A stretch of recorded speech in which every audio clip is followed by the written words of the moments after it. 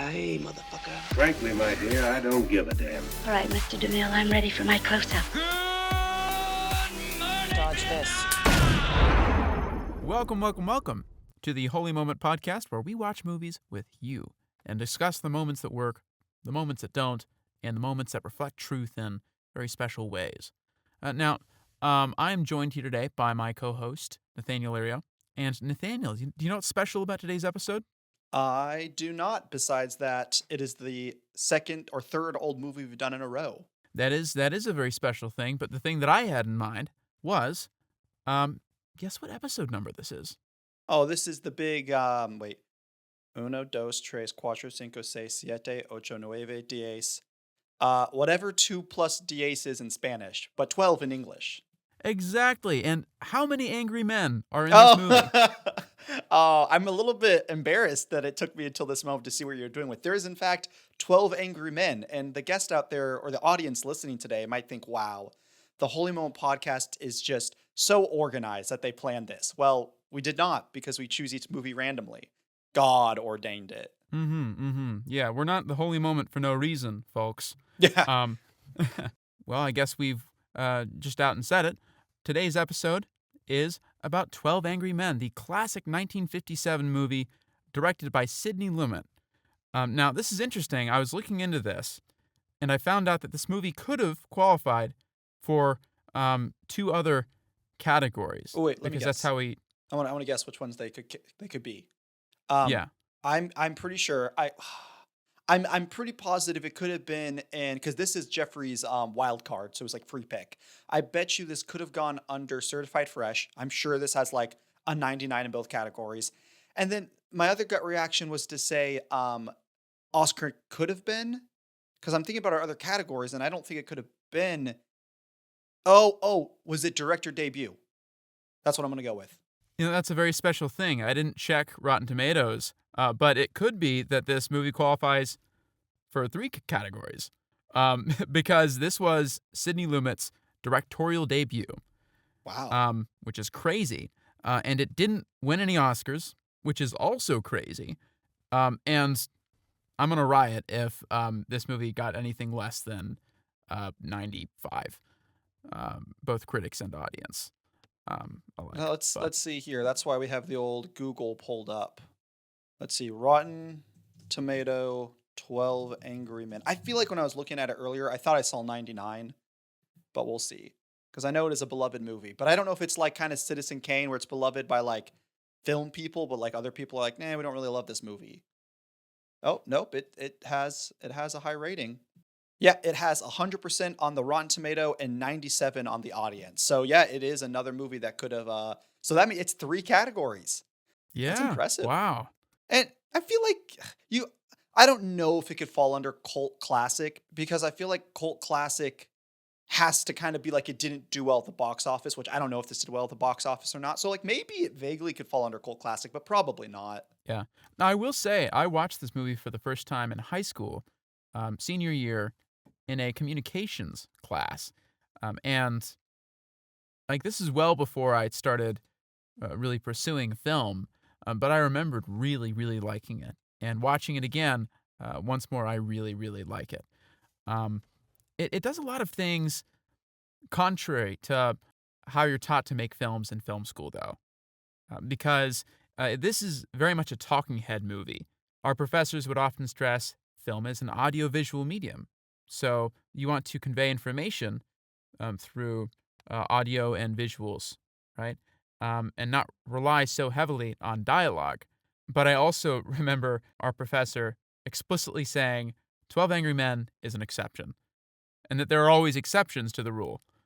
With that being said, I mean, yeah, this movie takes place in one room from beginning to end, almost. They get to leave eventually. It's not just purgatory. Yeah, and there is a lot of talking in it. So my first question is, did this movie keep your attention? Yeah, I think it's one of like the biggest questions. And I feel like if anyone heard this on paper, or if you read the script, I feel like you wouldn't be as engaged. I feel like it's one of those scripts when you read it, you kind of would be like, there's no way this is going to work. Why would anyone try and make this into a movie? Because I believe it was adapted from a play, correct? Yeah, it was adapted from a It teleplay. has strong play vibes. But yeah. So going into this, kind of knowing it was a one room type of thing, just the 12 men in one room conversation. And I knew a lot of people loved this movie, so I wasn't worried. I feel like if this movie was maybe chosen for like bottom of the tomato, like Rotten Tomato bad movie, then I'm sure it'll be a little more concerning going into this, being like, this is going to be a boring hour and a half, 2 hour movie of just 12 men talking in a room. But like, I knew this was a very loved, revered film, so I wasn't super concerned about that. And thankfully, I was correct to not have that fear, because it really did keep my attention all the way through. Now, I have a few nitpicks about specifically that question, like, did it keep your attention? Were you engaged? We can get into those a little bit later, but as an overall statement, I would say for being an hour and 37 minutes, one location that is pretty small with 12 actors, they did a phenomenal job of keeping the dialogue engaging and new information flowing, and doing even like a lot of small little character developments all throughout the movie that made it never boring. I would say I was never bored. I don't know if I was always entertained or always loved exactly what they did, but I can say that I never was like, I'm ready for this to be over. I think if this was a 2 hour long movie, I could see so. I think they did a good job keeping it pretty tight. Yeah, and I think that the space that they're filming in, the mise en scène and the props, it feels very lived in, right? You can tell that it's very hot in there, and you can smell the cigarette smoke, and you can tell that this is an uncomfortable environment to be in. That they want to be gone like pronto, which ups the ante, ups the stakes. It's not like this is a comfortable room with a TV and video games, right? Um, I did read some of the script, and to the point of the cigarette smoke, it does say as soon as they enter the room, 4 or 5 jurors immediately take out cigarettes. It's a very explicit detail that they mention, and they go through several packs Oh yeah. in this The, movie. I always forget, like, like what we were talking about last week with On the Waterfront, just contextually of, because what, they're both those films, On the Waterfront and this, were both 1950, correct? Just a few years apart. Yeah, that sounds correct. Yeah. Yeah, and so we were just talking last week about like just the context of the history of film, of like, if you weren't born or living through the 1950s, there's just some things you're really not going to know about, or even if you know about it, you don't know firsthand the experience. And one of those things, which I'm honestly happy that we don't live in that time, is people just used to smoke, like it was just like the like it was just as common as having a cell phone in your pocket. Was they would just have a pack of cigarettes, and I'm happy we don't live in that world. I would not like to be smelling cigarette smokes everywhere I was going. But yeah, my thought constantly in that was like, man, they're all going to die of cancer. They're all dead at the age of like 40 for sure. There was so much smoke. Cigarettes were their form of doom scrolling. So. Hey, I mean, as far as we know, at least doom scrolling doesn't give us cancer. So we can say there's a win for society. Until we find That is out in true. 50 years, it's like finger cancer from all like the scrolling. Your fingers have to be chopped off. We're going to have a generation when no one has their pointer finger. That'd be fun. That'd be fun. Anyhow, so yeah, I mean, that's how the movie begins. It's with 12 angry men forced into a room together, and they're deliberating on a case that seems pretty cut and dry, right? There's an 18-year-old kid from the slums, and based on all of the evidence presented in the trial, and based on all the arguments made in the trial that we don't get to see, everything points to him having killed his father, right? And this is just taken as a given by the majority of the jurors. All of them, except for juror number 8. He's the sole holdout. And when they question him on it, he is a bit cagey about his reasonings. He doesn't really dive straight into it as to why he's so reluctant to place blame on the kid. In fact, I wouldn't fault you for assuming that it's based on pure sentiment, right? He talks about the kid's background and how his father was abusive and he's only 18, and that starts to grate on the other jurors' nerves. And more concretely, though, he brings up the fact that he doesn't feel the defense gave the kid a fair shake. That there are a lot of questions that were left unasked that he felt should have been asked, and he just wanted time to discuss that. And so they humor him for a moment, and they all provide their arguments. One of the big pieces of evidence being like the murder weapon, right? As a very unique knife. There's no other like it, or so they think. And then, juror number 8 pulls a fast one on them, and he places an identical knife right next to the murder weapon and says, I found this at a pawn shop for $6. And from that point on, that's where the story truly starts getting going. I think that would mark the end of the first act, once he makes that reveal, and then the old man votes not guilty, continuing the conversation. With that being the case, by the end of this first act, right, for that like second vote that they took, at that point, would you have voted guilty or not guilty? Oh, let me just cut to the chase. I would have voted guilty by the end of the movie. I would have hung juror that room for sure. Now, Yeah? obviously, you could have like the argument of like pressure, which was great. I'm happy that they kind of talked about that. And I mean, there's so much to get into about like just the meta in this movie, which I'm excited to talk about. But if we're going from a perspective of like, I don't feel pressure, I don't feel like awkward or like people are breathing down my neck or to conform to the group. If we're going just purely on like what I think logically, I think I would, I don't think I could, I would maybe be happy being like, okay, good. I'm happy that my vote isn't sending him to the gallows, but I don't think I could let my vote let him go free either. I think I would let it be a hung jury and then he would have to go through a trial again, which granted, might as well. They made a really good point. If the jury was a hung jury, you might as well sentence the kid to death. They're going to do another trial, and he would 100% have been convicted. It really was because of the, I don't even want to say compassion, the level-headedness and just the honesty of juror number 8, who I also want to talk about in a minute. If it wasn't for him, the kid would have been dead in just like a few minutes. So granted, I'd be a little nervous if I was made it a hung jury, like 11 people voted he was innocent and not guilty. And I voted, he's guilty. That is kind of more or less sending him to the gallows because of the nature of the unfairness of the society they were in. But yeah, even by the end, I thought a lot of the logic and the stuff that juror number 8 brought up was decent, but just not enough, in my opinion, to prove a lot of the evidence wrong. So I think I would have voted kill the kid, which put that on my tombstone. I mean, it's an interesting thing because what he is setting out to prove is not that the kid is innocent. It's that there is a reasonable doubt as to whether or not he's guilty, in which case, legally, he would be obligated to say that the kid's not guilty. Which, like, he defines reasonable doubt very strictly, I feel. Because very few juries would be willing to completely relitigate the case as this jury did, and pour over the facts and poke holes in it in exactly the same way, exactly as thorough a manner as they did. But I guess that makes us wonder at the value of the reasonable doubt clause, right? How do you feel about that? Do you feel like reasonable doubt is important, but perhaps one can also reasonably assume in some circumstances? I mean, it's interesting because I watched it as per usual with these movies with my fiance and my roommate, and that was like the first thing we talked about as soon as the movie ended.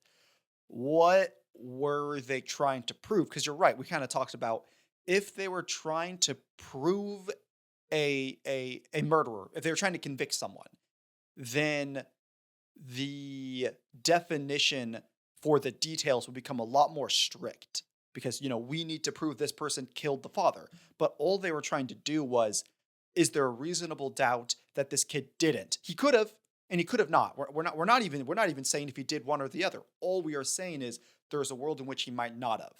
And my issue with that is like, yeah, there's a world in which this kid didn't kill the father, and there's a world in which the kid did kill the father. The whole idea of like, we're never ever going to fully know the truth. Like, the only way we could ever know the truth is if honest to God, the people that did the murder came up and confessed, and even then we'd have to believe them.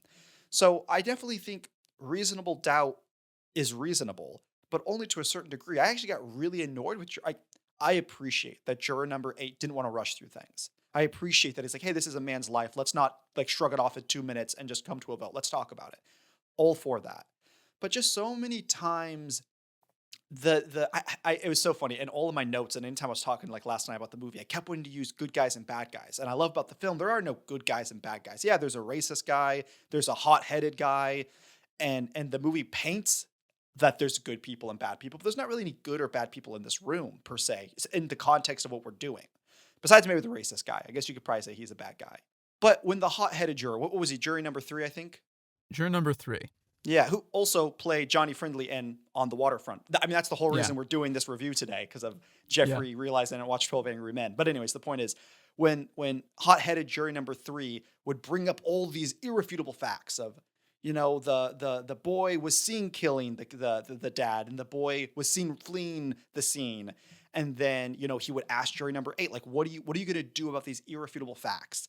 And then jury number 8 would be like, hey, I'm not saying that these aren't pretty damning facts, but let's think about it from a different perspective, which I'm fine with to entertain, to, you know, make sure I cover all the facts. But I feel like every time they did that, every solution they came up with just was a little too wishy-washy for me. And so I think I just got a little annoyed by the end of reasonable doubt. Like, what does it even mean to have reasonable, like you could have reasonable doubt for anything.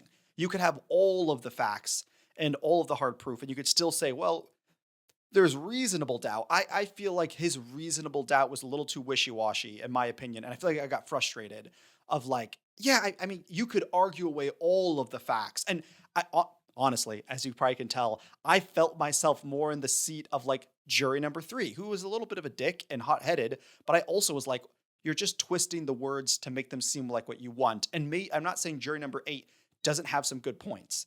And maybe at the end of the day, the kid was innocent. But I do think he convinced everyone based on too faulty of logic and too faulty of reasonable doubt this kid could have done it. Sure, the kid reasonably might not have done it, but I think that reasonable is way too much of a gray area for this specific case. That's the interesting thing, you know, about our court system. It is innocent until proven guilty. And I think Juror 8's goal was to show that the irrefutable proofs weren't, in fact, proofs, just very compelling evidence, which then would call into question the criminality of this kid. I think the central question is, what's more important, putting away a criminal or protecting a potentially innocent life? And what's the priority of our justice system? And I think Juror 8, his stance is it is more important that we not accidentally perpetrate a miscarriage of justice than it is for us to kill a man who may have killed an abusive father. I think that's his perspective. And it's one that we are free to disagree with, but that's the crux of his argument or thinking. Or that's what it seems like to me. Which, yeah, what I have to say about this movie, specifically into the context of this conversation, is I was genuinely surprised with how frustrated I became with so many of the men in the room. And I think, and it's such an interesting, because like this movie, in my opinion, this movie isn't really, I don't know, like I'm not saying every movie is an allegory for something, but it is an interesting concept. This really does feel like one of those movies that's so much more than the narrative of like, is this person guilty or not guilty? I think it's pretty dang obvious by the end of the movie. We don't even, like, we're not given the answer. We don't know if this kid was guilty or not guilty. So I feel like this trial was a way for the writers to express a lot of the corruption, and not even corruption, but just a lot of how humans interact with other humans, how we interact with facts and our memory and different people in society coming together. It was really meta for a lot of things going on in society, which I found very interesting. But I also became frustrated with just how quickly the people were changing their minds based on like this pretty flimsy evidence. And so it's so fascinating, this idea of so many dynamics going on. And that's something I really want to talk about today, was like, not only was like jury number 8 bringing up some like reasonably logical like ideas and like some fallacies in the judges and the lawyers' thoughts. I'm all fine with that. But what also was probably the most interesting thing about the room was never the facts that were brought up, but it was how they were brought up and how they were discussed. This movie does a great job with twisting the narrative, twisting the words of someone. And I feel like what movies usually do is they usually twist the narrative in a really malicious, purposeful way. They purposely misinform the audience. They purposely lie or misconstrue information for some type of climax, or some type of inciting incident. But this movie was much more interested in being like, you're a fly on the wall for the end of a conversation. You didn't get to be there for the inciting incident, which would have been the kid killing the father or not killing the father. You weren't there for like the rising climax. You weren't there for like the jury, or the whole court case. You're only there for like the climax slash falling action, which is deciding if he's guilty or not guilty. And so it's really interesting that we come into this room with very little information. And the only information we get is from like second and third hand perspectives. And I feel like 12 Angry Men is so much more than a court case and so much more than a narrative of like, ooh, is there a guy who's guilty or not guilty? And it's using that as kind of its platform to talk about more of how we take information and we misconstrue it, and how I think the biggest thing I took away is it should have been 12 angry, like, or 12 biased men. Just the biases in which we come into a room can affect the information the lens in which we view the world will affect our judgment. And sorry, I know this is a bit of a rabbit trail and I can't fully, you were talking about the idea of like how jury number 8 was specifically maybe saying like, hey, it might be more important that we preserve an innocent man and then accidentally letting a non-innocent man go than preserving a criminal and accidentally making an innocent man go to jail. And as far as like a statement on that in general in society and in our judicial system, I mean, I don't know. I don't want to see anyone innocent go to jail, but I mean, it definitely made me think like, man, what if you were called for jury duty and it was like a murder case? I feel like I would be really convicted. That's going back to the beginning, you asking me my opinion of what would I have voted. Again, logically, I feel like I know what I would have voted, but just being in that room and feeling like bad or feeling like being swayed by other people's opinion, it would be so hard to be a juror on a murder like case. And just and it doesn't matter. Like I know the whole, like we hear it all the times in movies and media, you're jurors of the people, or like, you get people who do these people represent you? But like, there's no such thing. Everyone is just biased to the smallest degree in ways they don't even know of. And that doesn't make people bad. I think it just makes people. We are created and molded by the things around us. So we're just going to be biased in different ways. So obviously you try to get less biased people, but it's impossible to get unbiased people, I think. Yeah, I'd agree with that. And in the case of Juror 3, I think he's the most interesting character to me because he is the sole holdout at the end. By the end of it, we figure out, at least this is my reading of it, that his stubborn refusal to vote not guilty is less about a real conviction that the kid is guilty and more about his relationship with his own son. Oh, 100%. He sees himself in the father who is killed, and he sees in that kid an ungrateful son. But also, there is some level in which he does feel that guilt. And it's hard for him to admit to himself. But I think as soon as he gives that non-guilty verdict, and the reason it was so hard for him to do is because he was, in effect, saying, I am the guilty one. I'm the one that pushed my child away. He is not to blame. I was a terrible father. Whereas up until that point, he is very stubborn in saying, hey, like, that kid was ungrateful, right? After that, all that father did for his son. I think, and so that also colors my perception of him. I don't see him so much as an arbiter of the facts as he wants to portray himself to be, more as a broken man who has attached his pride to this case. And it was so interesting watching this for a second time and then knowing what his arc was going to be. Because at the beginning, he says, oh, like that trial, I nearly slept through the whole thing. It's always the same. But as the conversation moves forward, we come to see that he is actually very invested in this trial. And he was paying attention And so it like gets a lot of really intense feelings out of him. And so I think his arc was my favorite of the jurors. Yeah. I think he also, like I said, everyone had like really mini arcs. I wouldn't say, you could probably argue that juror number 8 or juror number 3 are the main characters. Like you could probably make that argument, but there's not any super main character. Everyone plays their roles and everyone has a mini arc, which is, I think, is what they did so well.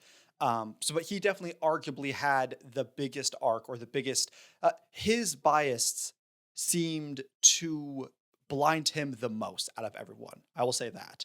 And I'm going to skip ahead a little bit if that's okay with you.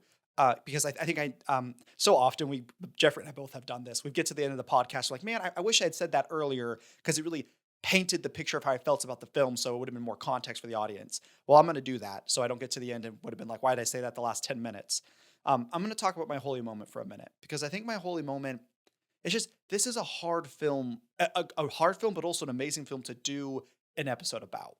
Because to me, it was so much more, and I've already said it, but it's so much more than just like, like if this was a more classic movie, it would have been a narrative of like, there's a murderer, we got to figure out who it is, and there's some like interpersonal connections to it that bring up some conflict, yada yada, and then by the end of the day, we find out if the kid was a killer or not. The movie just like broke a lot of the conventional storytelling mechanisms.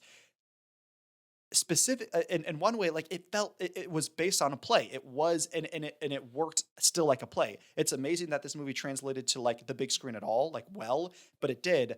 But it still kept so many facets of feeling like a play. And in that, I feel like it broke a lot of the more classic movie structures. And in one way it did that was, this didn't feel like a classic narrative story. It felt like a meta narrative commentary on society, which I usually hate. I usually don't like that in my movies. I do think film and art is a place to discuss and to reflect and even like critique things in society, but I often find them not well done and not the best place in the film medium. However, I think 12 Angry Men does a beautiful job of using these jurors and using this crime to talk about society in so many different levels.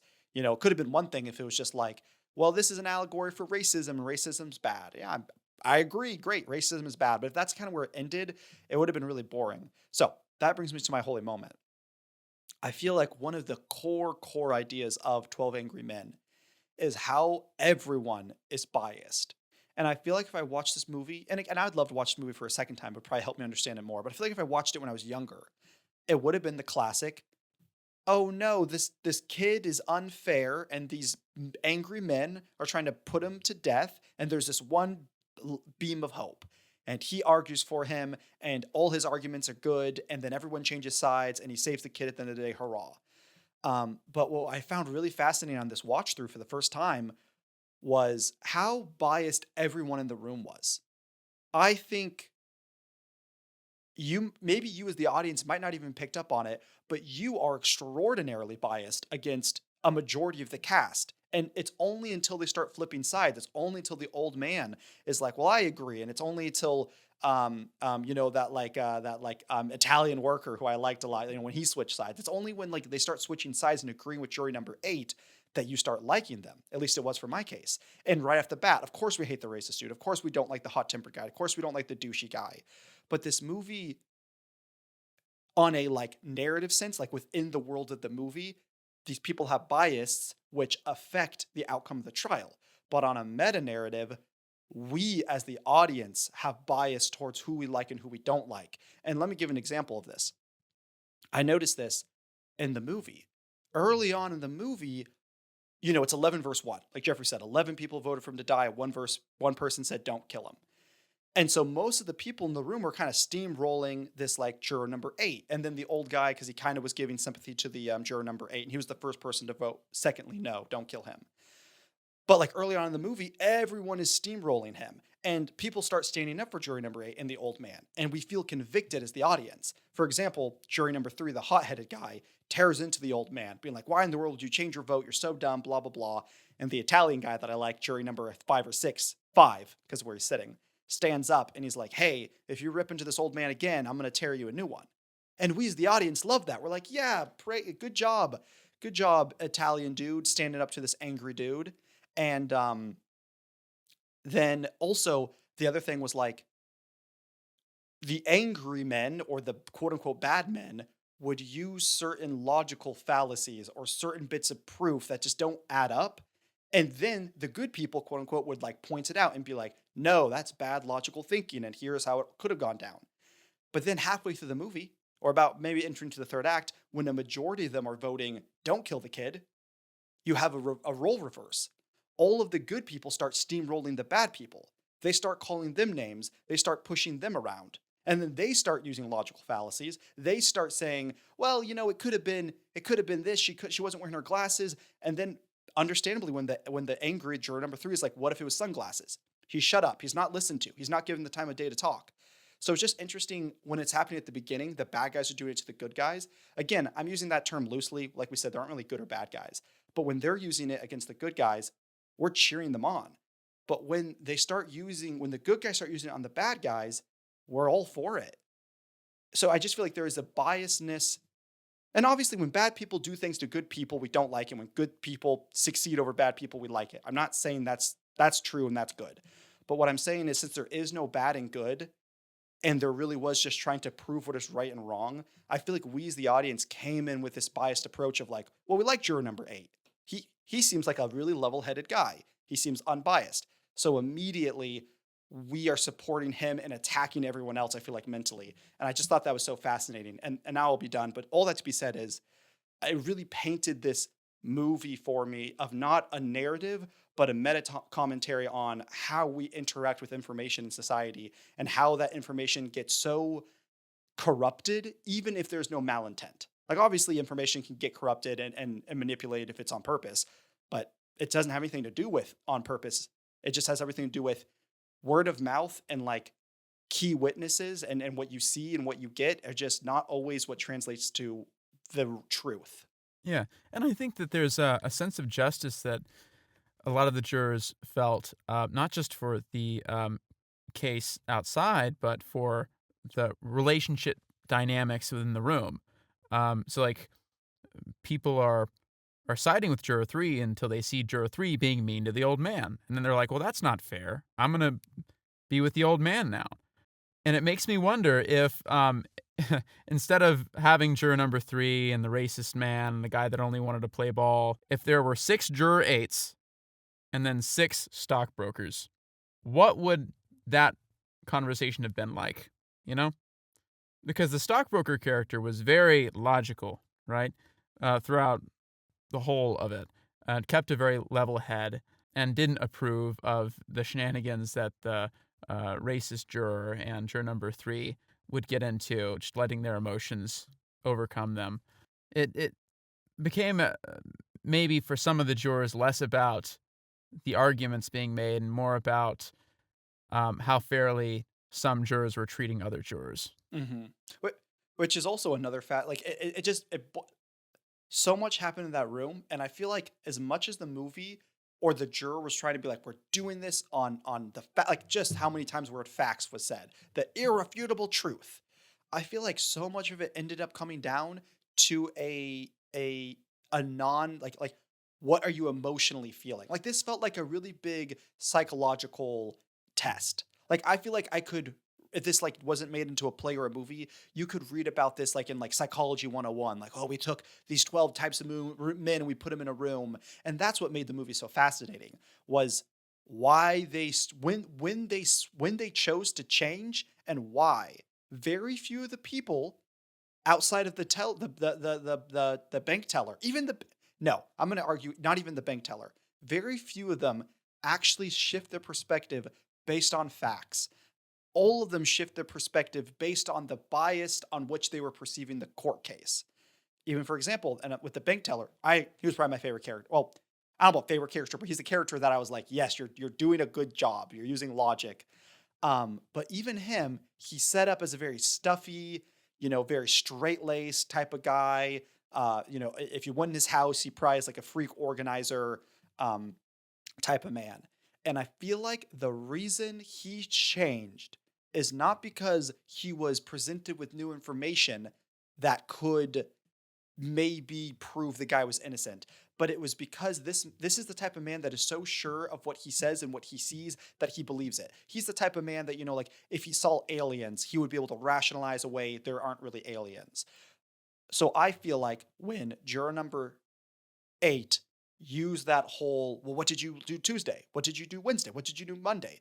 And then when he was like, I can't remember what I did Monday, there was a weird psychological break in his mind. So I think it was a lot less for him like, oh, you're right. Logistically, maybe the kid was under a lot of stress, so he couldn't remember. I think for him, it was, I don't want to say a pride thing, but for him, he changed his vote because his deep sense of I can control and I have everything perfectly organized was disrupted by juror number 8. So it's just interesting. Like if you look at all of these people and when they flipped and why they flipped, I feel like you can make an argument that it had nothing to do with facts and had everything to do with their emotional state, their bias of how they came into that room and what they perceived it through. And so it's just fascinating that so much of this trial had nothing to do with facts, even though the story was telling us it did.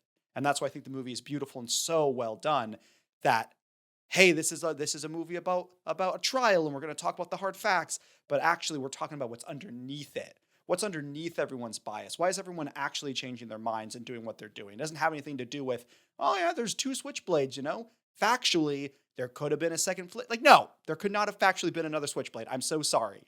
That's dumb. But your bias and what you want to believe and who you like in that room, who you're frustrated, changes over time. And that's why I think all 12 ended up flipping over. Okay, sorry, last thing. I know I'm talking a lot in this one. I just was so surprised with how strong of an emotion it came walking away from this movie in a good way. But even juror number 3, the hot-headed guy, he didn't switch over because of facts. He switched over because he realized he was pinning all of this on his relationship with his son. So he didn't get a new piece of information and realize, you know what, you're right. He was in denial and he realized I'm in denial and I'm being unfair because I'm relating this trial to my bad relationship with my son. So it's just so fascinating that none of those people changed because of facts. I mean, that is an interesting thing.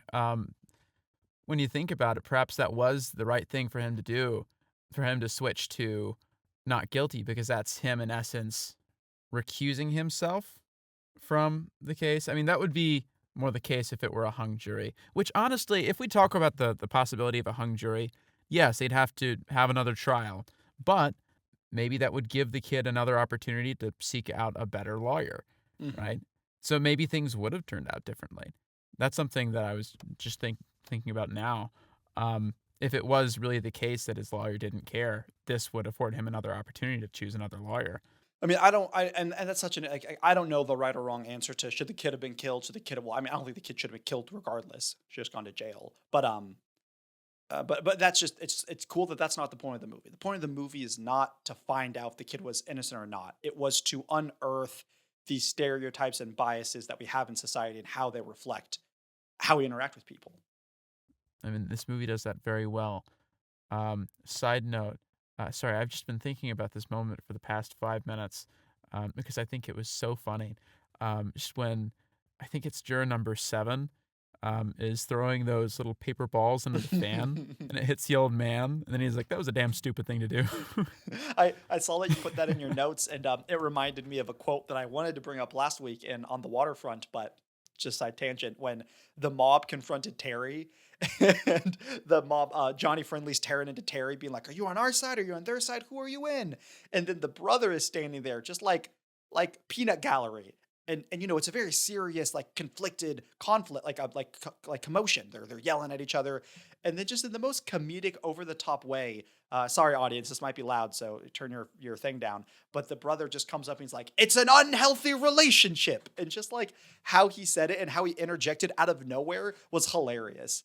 It just reminded me of the quote of the old man. Yeah, because it was so unnecessarily aggressive too. Because it's not like he was whacked on the side of the head with a baseball, just a little piece of paper. Yeah. Jeffrey, I'll ask you a real question. Does it make me a bad person? I didn't like the old man. Maybe this movie is telling me something. Maybe I'm not a good person. I just felt like every time they tried to like humanize people, I got annoyed because they used logical fallacies to make the people join juror sides number 8, and then we as the audience are supposed to like juror number 8, so therefore we're supposed to like the other people. But I just found the other people making these logical fallacies, and therefore I just got frustrated with them, which I don't think is bad writing. I think, again, the beautiful thing about this movie was there was no right, there was no wrong, there was no, he was in, like the last scene of the movie, or one of the last scenes, or shot, as everyone had left the room but juror number 8, and he stops at the doorway, and he looks back in the room, and there's almost this foreboding of like, what if he got it wrong? Like, what if he did just convince 11 men to let a murderer go? So there is just this sense of like, not that there's no right or wrong, but there is no objective truth. Like these 12 men are not going to find the objective truth in this room, no matter what. Yeah. Which, I think it brings up an interesting question of, do the ends justify the means, or do the means justify the ends? Let's say they had all voted as soon as they got into that room, and juror 8 wasn't there. They would have more or less thoughtlessly sent this kid to his death. They wouldn't have even discussed it. But the fact that juror 8 was there, that promoted discussion. And that promoted a good faith conversation about the merits of the case at hand. The fact that they had a good faith conversation about it, does that justify the results of their decision or make it right? And if they had just thoughtlessly condemned this kid to his death and the kid happened to be guilty, would that also have been justified? I see what you're saying. No, because I think regardless if he is guilty, not guilty, if the juries get it right or wrong, I think it is a duty of the jurors, living in America, being part of like your civic duty. I think you have to take it seriously, and I think you have to, because obviously at the end of the day, it would be very nice if jurors got it right 100% of the time. They voted, he's not guilty, he's not guilty, he's guilty, he's guilty. Like, it'd be great if that happened. Obviously, that's impossible. But I think even not more so than getting it right, because that's a really big deal. People's lives hang on the line. But just like what it represents to take that seriously, represents giving people fair trials, represents people are innocent until they're proven guilty. I think it's very important for people to take it seriously. And so I don't think, even if they went into that room and willy-nilly said he's guilty, and then he ended up being guilty, or if they deliberated for hours and then they said he's innocent and he was not innocent, I think it is more important to uphold that responsibility with respect and honor because of what it stands for. If we're going to be willy-nilly with it and not give a rip, it just shows that we don't care about the freedom we have in a lot of ways in America. And so I think it is important. And I really, really appreciate that about juror number 8. I wanted them to like take a minute and to discuss it and to just think about it a little bit. I just got frustrated as the more they thought about it, and the answers he provided, some of them made sense, some of them I agreed with. But I still just don't think he painted a bulletproof picture enough to say there's reasonable doubt. And that is what frustrated me. Again, I think done on purpose. I don't think done with sloppy writing. I don't think it was like when you write yourself into a hole of like, man, this guy looks so dang guilty. We have no way to write it out besides making really, really dumb, illogical loopholes. I think it was very much part of the film's point to kind of be like it. And this is when, a film is doing a good job and I'm going to explain this and it's not going to make any sense. But when a film is trying to make a point, like a good point about kind of like morals or society or a lesson, but at the same time, it can interweave the counterpoint into it as well to show like there is no black and white. There is no this is wrong and this is right. Like, yeah, most of us may think this is right, but you can interweave that counterpoint into, yes, juror number 8 did a good job taking the responsibility seriously and caring about the kid's life. That is, in general, everyone would say is good. But then they did a good job of interweaving some counterpoints and showing that he kind of had some like not always the best, like sometimes it was like a little bit illogical, and he convinced people to vote on his behalf, and it wasn't always seemed like the best thinking. So I think I'm happy they did a good job of providing a stance, but then also a counterpoint to the stance itself.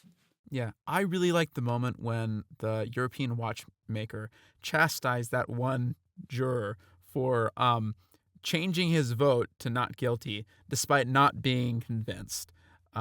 He just wanted it to be over with. And we got no sense that that particular juror ever did start to care. You know, he changed his vote to not guilty, but I'm still not convinced that he, gave a flying hoot or put much thought into it by the time they left the room. And that's a cool thing about this story, right? It's not that, oh, everyone goes from bad to good. The verdict goes from guilty to not guilty, but still, not every juror's motivations were pure.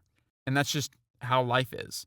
I like what you said. He went from not guilty to guilty, but that doesn't mean they went from not all the facts to all the facts to be able to know, or again, use the term reasonable doubt. It had so much to do with just their own desires and their own what we want and why. And they did such a good job. So I really love the marketing guy who I think, unfortunately, I think another classic question you could ask with this movie is, who are you? Because like these are such archetypes type of people. Like, who are you in the room? And I'm sure all of us want to say we're juror number 8, or maybe we're juror number 9, but we're all probably mostly jury number 11.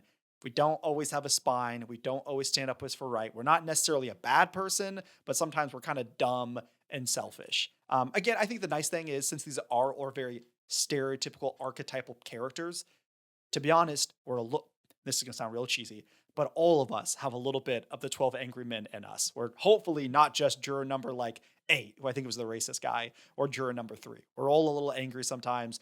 We're all logical sometimes. We're all a little selfish sometimes. Hopefully there's all a little bit of like a 1940s hardworking Italian man in some of us.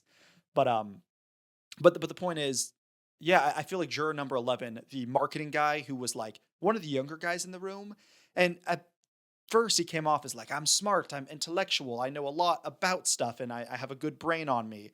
But slowly it became very obvious that like he's never had a real thought for himself. It's not that he's 100% a coward. It's just he's never been forced to formulate or give an opinion. So he's kind of very wishy-washy. I mean, at the very end, he went back and forth, jumping back and forth. Yeah. If he's innocent, he's not innocent. And I And you think, can tell he's going through it by yeah. the end. And I appreciate that, because unlike the douchey guy who wants to go to his football game or baseball game, who just like, I don't care, you can tell that like at least number 11 is trying to get to an answer. He's just a little dumb and doesn't know how to like make up his mind. But they did such a good, I guess I want to talk about that for a minute. How did you feel about the 12 men in the room? Do you feel like they were an example of society? Like they were specifically picked to have these very strong stereotypes? I think that each of the jurors was a distinct character, and I really appreciated that. And I think that that jury room, they could have been any one of us, right? And that's sort of the idea behind referring to them by jury names and not by their proper, or that's the thought behind referring to them by their juror numbers and not their names. And then they leave and they go their separate ways, and I think that's also the logic behind tracking all of those random people at the beginning of the movie. These people are getting out of a case, right? We're watching a story that is one of many, you know? And so I thought that the way that the characters played off of each other was very real and exciting. And yeah, that's what I'd say. Yeah, something my roommate said last night that I thought was really fascinating was he said that this is a timeless movie in the sense that since this movie isn't necessarily like a super, this is like a narrative based, exciting action crime lawyer esque movie. It is again much more about how these biases and how the stereotypes in society hurt people. And so you really can use whatever backdrop of the case you want. Obviously, there is probably a lot of like political, racial statements going on at the time that they use the backdrop of this movie to talk about. But this day and age, you could make the trial about what you could just make the trial applicable to society.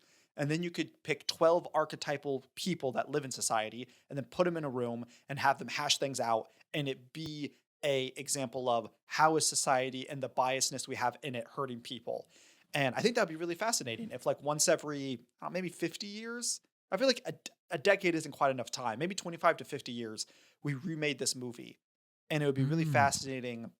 What would be the most fascinating is, yeah, it'd be fascinating. Like, what is the trial about? Who are the 12 members that we put in the room? But the real meta thing is, what is the biasy of the director that we're now really focusing on? What is the lens in which we are seeing things through? And how is the story being told? I think the hardest thing about making this type of story is having the willpower to not shove certain things down people's throats. Obviously, there is some pretty heavy commentary. Racism is bad. Good. Great. But I feel like there was a lot of restraint in the director to not overtly say everything is good or bad. There was a lot of gray area in what a lot of the jurors did and said and believed. And I wonder if this movie was made nowadays, if that same restraint would be present in the director. Yeah, no, that is a very interesting thing. I mean, juries still exist. That's good. You're so right that it's timeless and that this is happening today, right now, in some courtroom or courthouse, and people are discussing and debating and gambling over someone's life right now as we speak. Well, I think not even just today into the courtroom. I think this movie, I think they use the courtroom as like a hyper fixation on the problem, but it's happening, not to be too like extreme and whatnot, but it's happening in our household. It's happening on the streets. Because again, this movie is about, in my opinion, everyone can have their own opinion, but this movie to me is about the bias in which we use to interact and justify our ends to the mean. And yeah, it's happening in the judicial system, and it's horrible, but it's happening. And also, again, it's not just all horrible. Oh, our biases make us horrible, racist people. Our bias just inform and create us. They're not all bad, but it's happening everywhere, and we have to be aware of it so that we can not fight it, because it's okay to have preferences and bias, but to at least be aware of it. Yeah, yeah. So now I guess we've pretty much covered the whole um, gamut of the film. We can go into our holy moments now, unless is there anything else that you'd like to maybe talk about? No, I feel like I steamrolled you a bit in this one. Yeah, I wasn't. I just got done with that movie last night, and I felt heated in a good way, and in a way that just this movie did such a beautiful job with the meta narrative, which again I don't usually like.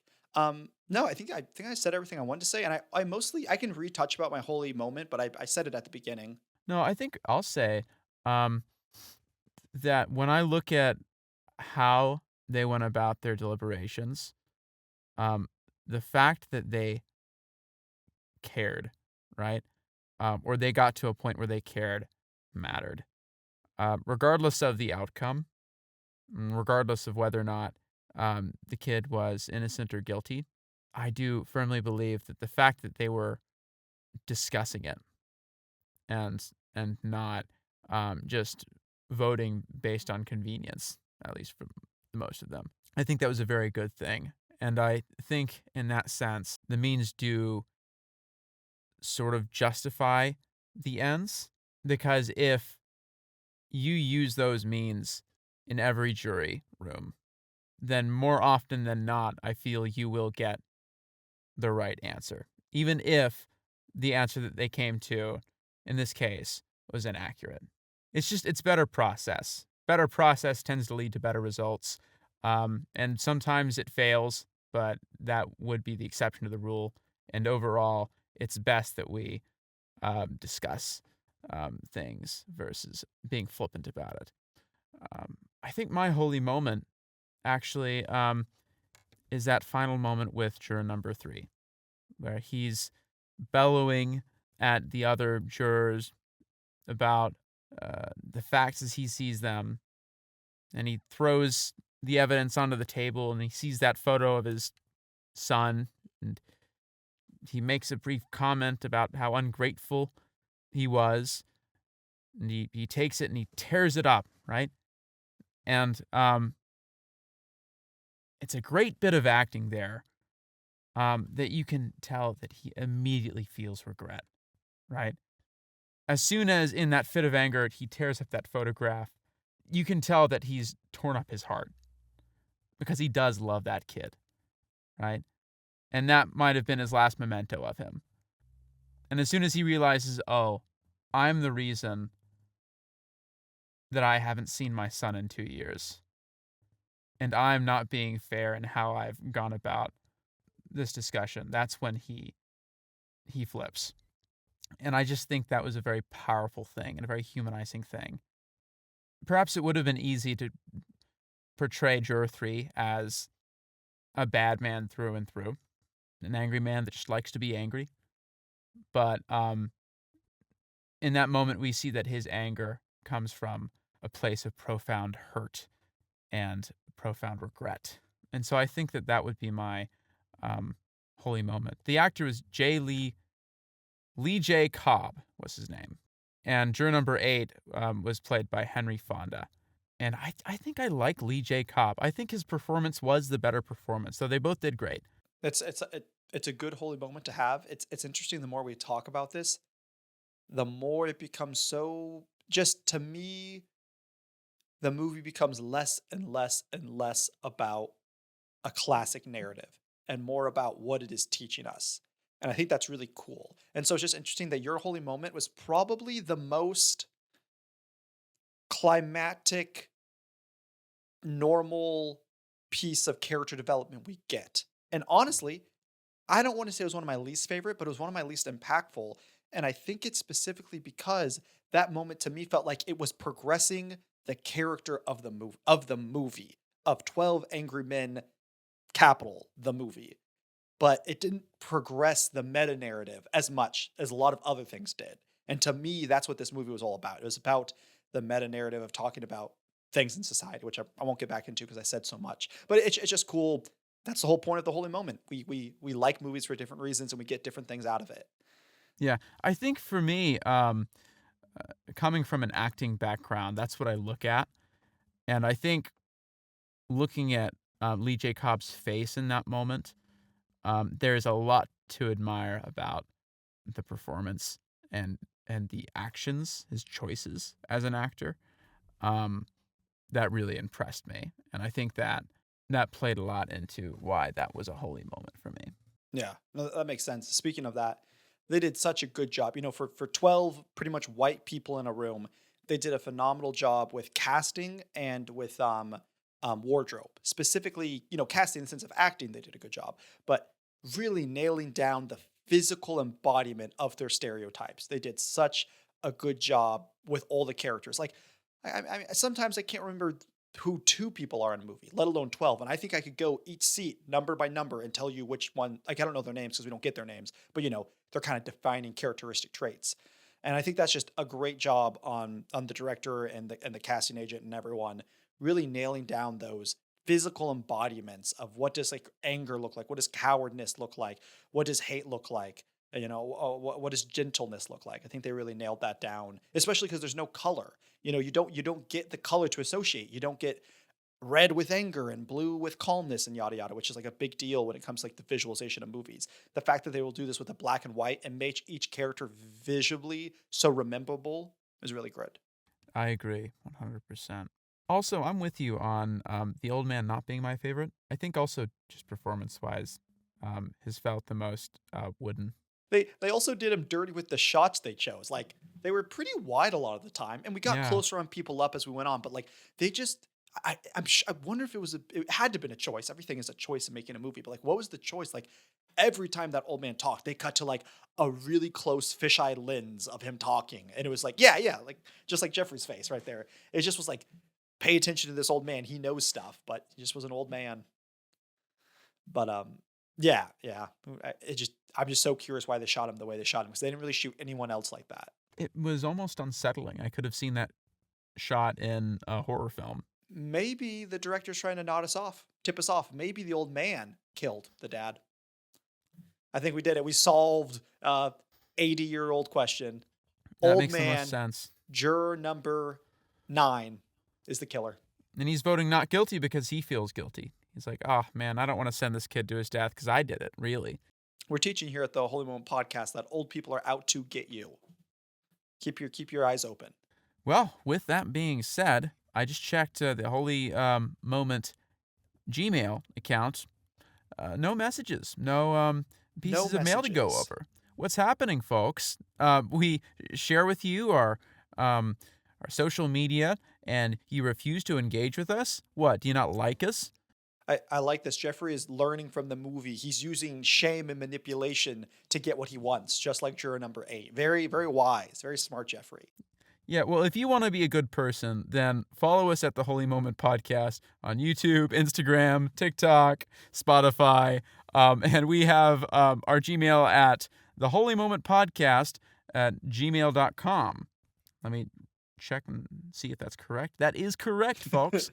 Uh, with that being said, now is the time to see what movie we're going to be watching next week. Ooh, I'm going to spin the wheel. But we should make that our slogan. We should print it on t-shirts. If you don't want innocent kids to be sent to the gallows, email us at theholymomentpodcast@gmail.com. That's a See, that works because it's such a nice and efficient and memorable logo that'll just stick in people's brains. it rolls off the tongue. Yeah. Yeah. So yeah, it really, people will remember it. Okay, guys, we're going to go ahead and spin this wheel. And I'll be honest, I really want to watch Tangled this week. So I hope that gets chosen. So here we go. Oh, only got 5 more picks. Here it is. Oh, no. It was so close. It was so close to being Tangled. All right, guys. What is it? Next week, we're watching The Big Lebowski, which is my pick for a cult classic. Pretty excited about that. That's a classic movie that I've heard a ton about, but have never gotten around to watching. The director, this is the director. Is this the one that does Baby Driver, Last Night at Soho?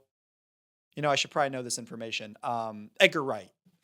No, it's the Coen brothers. Is it? No, it's the Coen brothers, I think. Yeah, I'm Okay. pretty sure this is the Coen brothers. But yeah, next week we'll be watching The Big Lebowski. It's my pick for cult classic. I picked it because, again, it's been on my list to watch for like 5 years, and I saw that it was defined as a cult classic, so those are the reasons I picked it. I really don't know anything about it.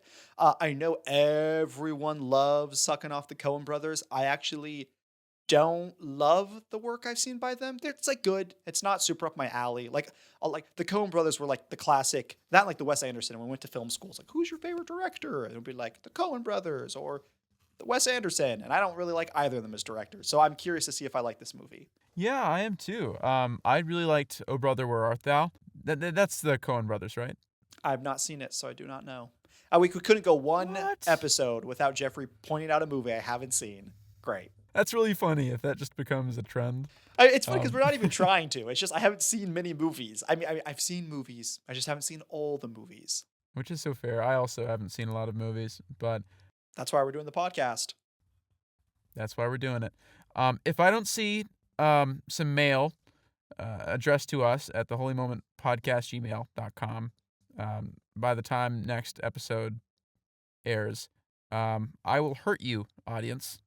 So just either keep an eye out, watch your back, or talk to us. Say hi. That's a good note to end it on by threatening our audience. Well, goodbye, folks.